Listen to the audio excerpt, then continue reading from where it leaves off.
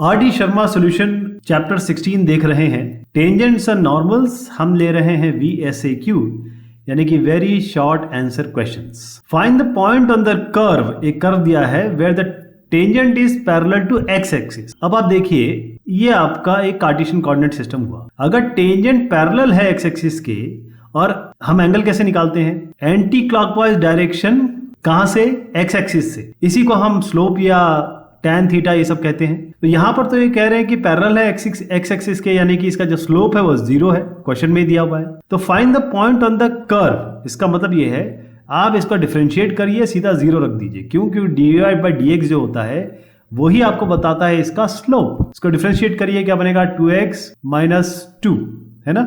और मैंने आपसे क्या कहा, इसको किसके बराबर रखना है, इसको बराबर रखना है 0 के। क्यों, क्योंकि यहां पर खुद दिया है कि जो स्लोप है वो 0 है, क्योंकि टेंजेंट पैरेलल है एक्स एक्सिस के। तो 2x = 2, x = 1, है ना।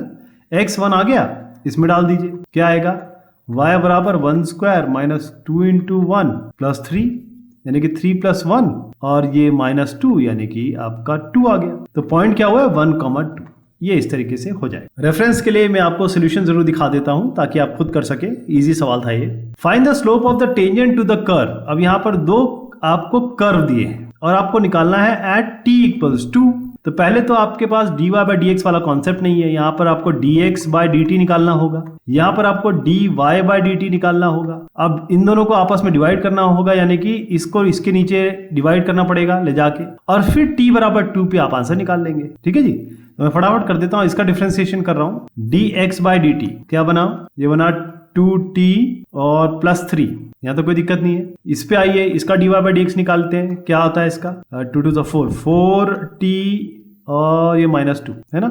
अब दोनों को डिवाइड कर दीजिए, मैंने आपको बताया था, इसको उठाइए इसके नीचे रख दीजिए dx/dt। तो यहाँ पर क्या बनेगा 2t + 3, ये आपका हो गया dy/dx। और आपको dy/dx यानी कि स्लोप निकालना है, यही स्लोप होता है, उसको निकालना है t = 2 पे। तो यहाँ 4 × t की जगह 2 रख दीजिए, 2 - 2 / 2 × 2 + 3, तो ये आ गया आपका 6, 8 - 2 6, ये हो गया 4 2 2 4 4 + 3 7, 6/7 इसका आंसर आ गया जी। ये इसका रेफरेंस सॉल्यूशन है आपके लिए। If the tangent line at a point xy on the curve this is parallel to x axis then write the value of dy/dx। अभी आपको मैंने समझाया कि भाई अगर कोई भी लाइन का हमें एंगल निकालना है, जैसे इसका निकालना है, तो हम क्या करते हैं, positive direction of x axis से निकाल लेते हैं। लेकिन अगर कोई लाइन x एक्सिस ही हो तो एंगल तो 0 हो गया, यानी कि कोई लाइन पैरेलल हो x एक्सिस के, इधर हो चाहे इधर हो, तो इसका स्लोप क्या होगा, 0 ही होगा। तो dy/dx क्या होगा, जो कि स्लोप हम कहते हैं 0 होगा। इसका उत्तर ही 0 है। लेकिन लिखना कैसे है आपको, वो यहां देखिए, इस तरीके से प्रॉपर लिखेंगे आप। Write the value of dy/dx is the normal to the curve this at xy is parallel to y axis. अब आप देखिए थोड़ा सा इसमें ट्रिक बना दिया इन्होंने ये नहीं कहा कि पैरेलल टू x एक्सिस पहली चीज, और ये भी नहीं कहा कि टेंजेंट है, tangent parallel to x axis 0,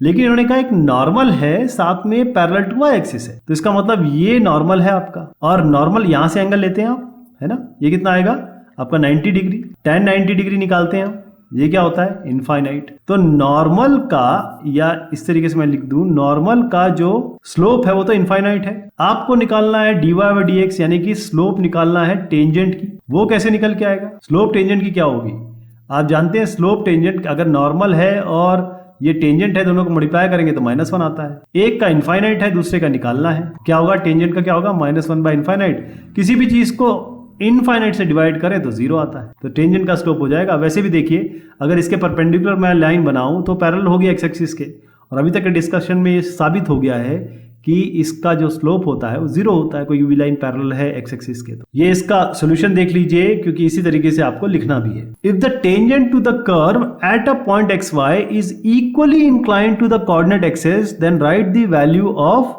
dy/dx। अब क्या है कि आपके पास स्लोप निकालना है, इक्वली इंक्लाइंड मतलब इस तरीके से एक लाइन है जो x एक्सिस से भी 45 डिग्री बना रही है, y एक्सिस से भी 45 डिग्री बना रही है। इक्वली लाइन का मतलब यही होता है, क्योंकि एक क्वाड्रेंट में तो हमारे पास 90 डिग्री ही होता है ना। अब ये क्या है कि हम जो एंटी क्लॉक, अब ये जो एंगल है यहां से पॉजिटिव डायरेक्शन से आप जब मानते हैं तो ये लाइन का आ जाएगा। और आप कहेंगे भाई हम सीधा tan थीटा निकालते हैं, tan 45 डिग्री निकालेंगे और ये आपका 1 आ जाएगा, तो आप कहेंगे 1 इसका उत्तर लेकिन साहब 1 इसका उत्तर नहीं।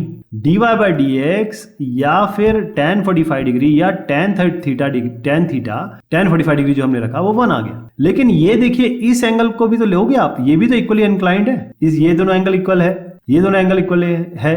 तो एंटी क्लॉकवाइज डायरेक्शन में अगर आप चलोगे और फिर नापोगे तो माइनस में आता है, यानी कि ये tan -45 डिग्री भी आप कहेंगे, ये तो कहेंगे, तो ये -1 आएगा। तो इसका उत्तर +-1 दोनों होगा, ध्यान रखिएगा। लिखना आपको कुछ इस तरीके से है, अगर डायग्राम बना दें तो ज्यादा बेहतर है। If the tangent line at a point xy on the curve fx is parallel to y axis, find the value of dy by dx। अब आप देखिए यहां पर आपके पास एक कार्टेशियन कोऑर्डिनेट सिस्टम है। इन्होंने कहा जो टेंजेंट है इस कर्व का, कोई भी कर्व हो सकता है, is parallel to y axis. Parallel to y axis ये हो गया, इसका मतलब यहां से हम एंगल लेते हैं एंटी क्लॉकवाइज डायरेक्शन में x एक्सिस से, ये कितना आ रहा है 90 डिग्री, तो आप tan 90 डिग्री निकाल दीजिए बस, है ना। tan 90 डिग्री निकालना है आपको, पैरेलल टू y एक्सिस दिया हुआ है, तो इसका उत्तर क्या आना चाहिए, है ना। क्योंकि ये तो 90 डिग्री हो गया, आप tan 90 डिग्री निकालेंगे तो ये आपका इनफाइनाइट आ जाएगा। If the tangent of line is parallel to y axis, तो इसका एंगल क्या होगा tan 90 डिग्री, और यही tan 90 डिग्री आपका इनफाइनाइट होता है, समझ रहे हैं ना आप। तो यही इसका slope of y axis infinite होता है, इसलिए स्लोप ऑफ टेंजेंट जो होगा वो यही होगा, इनफाइनाइट, ध्यान रखिएगा। अच्छा, कई किताबों में मैं आपको ये जरूर दिखा दूं, कई सॉल्यूशंस में, कई किताबों में कुछ इस तरीके से दिया हुआ है, लेकिन ये अमान्य है, क्योंकि जब भी आप पैरेलल टू y एक्सिस लेंगे तो हमारा कॉन्सेप्ट ये है कि हम एंगल ये लेते हैं और इसी एंगल को tan में डाल देते हैं, है ना। जब पैरेलल टू अगर x एक्सिस है तो एंगल 0 है, तो पैरेलल टू y एक्सिस है तो एंगल क्या है, dy बाई dx क्या है इसका, है ना, tan 90 डिग्री, वो जो आपका इनफाइनाइट आएगा। तो ये थोड़ा गलत हो जाएगा, इसका उत्तर इनफाइनाइट ही होगा जी। Find the slope of the normal to the point t on the curve this x बराबर 1/t y equals to t। तो इसमें कुछ करना नहीं है, पहले तो आप डिफरेंशिएट कर दो आप, ठीक है। पहले आप इसको डिफरेंशिएट करेंगे, dx बाई dt जो है आपका -1/t², आप जानते ही हैं। अब मैं dy बाई dt निकाल रहा हूँ, ये आपका आ रहा है 1। अब इसको इसके नीचे लाइए, डिवाइड कर दीजिए dx बाई dt को, तो dy बाई dx आ जाएगा, ये माइनस ऊपर जाएगा, t² भी ऊपर जाएगा, -t² आ गया। ये आपका dy बाई dx आया है, लेकिन उन्होंने कहा कि स्लोप निकालिए नॉर्मल का, तो नॉर्मल का और टेंजेंट का आप स्लोप मल्टीप्लाई करेंगे तो -1 आता है, ध्यान रखिएगा। किसी भी लाइन का, ये जैसे लाइन है तो इसका नॉर्मल परपेंडिकुलर होता है, तो ये -1 होगा। इसका मतलब ये है कि dy बाई dx नहीं निकालना है हमको, निकालना है -1/dy बाई dx, ये तो निकालना है ना, -1/dy बाई dx निकालना है, ये तो dy बाई dx आएगा, तो -1/-t² निकालना है आप, यही तो चीज है। तो ये क्या आएगा 1/t², इसका उत्तर होगा 1/t², ये ध्यान रखिएगा। इसका एक एक स्टेप बाय स्टेप जो डिस्कशन है वो कुछ इस तरीके से होगा, मैंने डायरेक्ट बता दिया आपको, लेकिन उत्तर इसका इस तरीके से आएगा। Right the coordinates of the point on the curve y² equals x where the tangent line makes an angle of π/4 with x axis। अब π/4 with x axis, अगर ये इस तरीके से एक एंगल, एक टेंजेंट है और ये 45 डिग्री यानी कि π/4 बना रही है, तो आपका tan 45 डिग्री यानी कि आपका 1 जो है इसका dy बाई dx है, बेसिकली स्लोप है। तो dy बाई dx निकाल लेते हैं, इसका 2y dy बाई dx बराबर 1, dy बाई dx क्या होगा इसका 1/2y, है ना।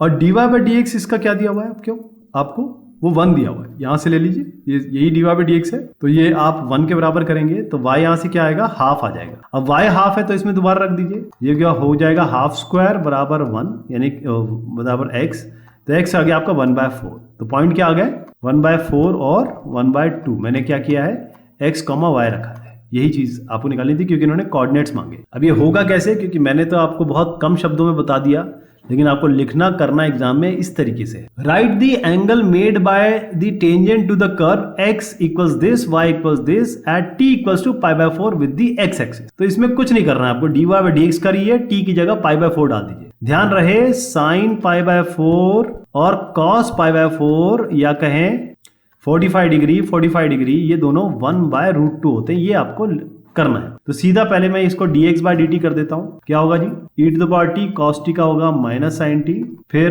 प्लस कर दीजिए cos t को ऐसे रखिए, e⁻t का e⁻t ही रहेगा, ठीक है। अब मैं इसका कर रहा हूं dy बाय, यहां करता हूं क्योंकि इसको हम डिवाइड कर देंगे सीधा, dy बाय dt कर रहे हैं, ये हो जाएगा e⁻t sin t का तो cos t होता है केवल, प्लस अब sin t को ऐसे लिख देंगे और e⁻t का e⁻t ही होता है, कोई दिक्कत नहीं है।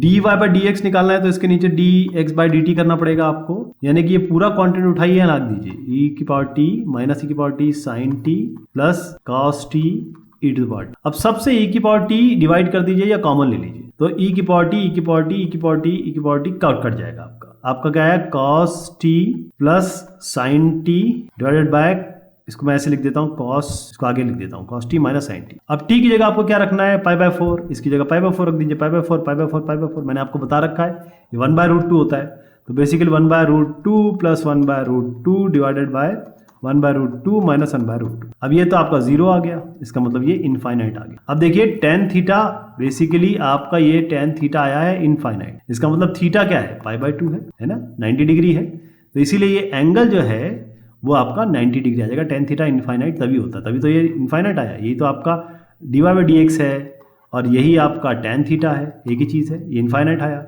और हम जानते हैं टेन पाई बाय 2 इनफाइनाइट होता है, तो इसलिए पाई बाय 2। इसको आप पूरी तरीके से ऐसे करेंगे स्टेप बाय स्टेप। आगे के क्वेश्चंस की चर्चा हम अगली बार करेंगे, तब तक के लिए शुक्रिया, मेहरबानी आप सभी की।